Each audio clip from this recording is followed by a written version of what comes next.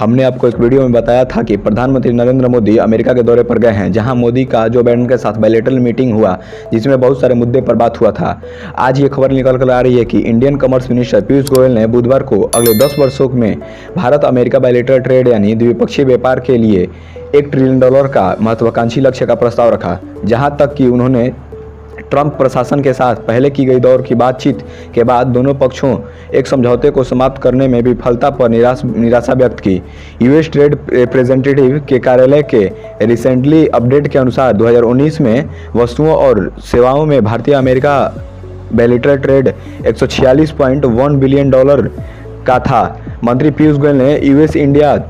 Strategic partnership forum के virtual वार्षिक नेतृत्व शिखर सम्मेलन में कहा, भारत और अमेरिका दो देशों हो सकते हैं जिन्हें अगले 10 वर्षों में $1 ट्रिलियन के संतुलित भविष्य के व्यापार को दिखाना चाहिए। और इस प्रस्ताव को बढ़ावा देते हुए Indian commerce minister Piyush Goyal ने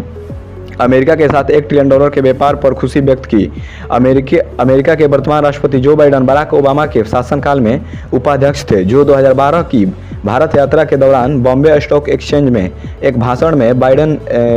बायलैटरल ट्रेड की मात्रा में 5 गुना की वृद्धि का सुझाव दिया था। तब के समय में भारत और अमेरिका के बायलैटरल ट्रेड 100 यानी $100 अरब का था। और अभी तक इंडियन अमेरिका बायलैटरल ट्रेड पर 3 से 4 बार चर्चा समाप्त हो चुकी है। लेकिन अब जो बाइडेन की सरकार में दोनों पक्ष पिछले हफ्ते वाशिंगटन डीसी में प्रधानमंत्री नरेंद्र मोदी और राष्ट्रपति जो बाइडेन के पिछले बायलैटरल शिखर सम्मेलन में बायलैटरल ट्रेड को बढ़ावा देने पर बात हुई है, जो 2021 के अंत से पहले भारत अमेरिका व्यापार नीति मंच को फिर से संगठित किया जाएगा। अगले खबर की ओर बढ़ने से पहले अगर आप हमारे चैनल पर नए हैं तो हमारे चैनल को सब्सक्राइब कर लें और ऐसे ही अपडेट्स पाने के लिए बेल आइकन को प्रेस कर लें। वैसे आपने बीते कुछ दिनों में, कुछ महीने में इंडियन आर्मी, इंडियन एयरफोर्स और इंडियन नेवी से रिलेटेड कुछ न्यूज और कुछ बुरी न्यूज और कुछ अच्छी न्यूज़ सुने होंगे, लेकिन ये मैं विश्वास के साथ कह सकता हूं कि ज़्यादा न्यूज गुड न्यूज ही होंगे। वैसे ही फिर एक बड़ी सौगात मिली इंडियन आर्मी एयरफोर्स को। एक के बाद एक इंडियन आर्मी एयरफोर्स को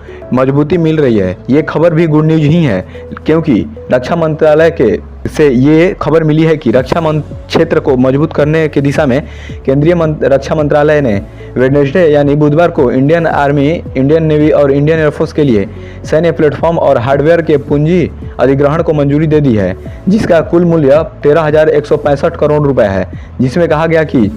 इस हार्डवेयर का 87% हिस्सा मेड इन इंडिया होगा, जिससे हमारे देश के विकास में और आत्मनिर्भर भारत को भी बढ़ावा मिलेगा। यह निर्णय डिफेंस मिनिस्ट्री यानी रक्षा मंत्री राजनाथ सिंह की अध्यक्षता में डिफेंस एक्विजिशन काउंसिल यानी रक्षा अधिग्रहण परिषद यानी DAC की बैठक में लिया गया। इसी बीच बयान में कहा गया कि 4,962 करोड़ रुपए के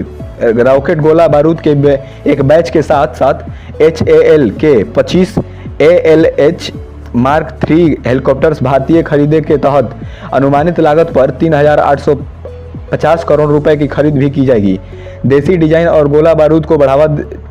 देने के लिए और विकास को बढ़ावा देने के लिए DAC ने लगभग 4,962 करोड़ रुपए की लागत से खरीदे श्रेणी के तहत टर्मिनल गाइडेड म्यूनिसल TGM और HEPC और RHE रॉकेट गोला बारूद की खरीद को मंजूरी दे दी गया है। और DAC के उद्योग के लिए व्यापार करने में आसानी को बढ़ावा देने के लिए, खरीद दक्षता बढ़ाने और समय सीमा को कम करने के लिए बिजनेस प्रोसेस री इंजीनियरिंग यानी व्यापार प्रक्रिया पुनः इंजीनियरिंग के एक भाग के रूप में रक्षा अधिग्रहण प्रक्रिया 2020 में कुछ संशोधन को भी मंजूरी दे दी गई है।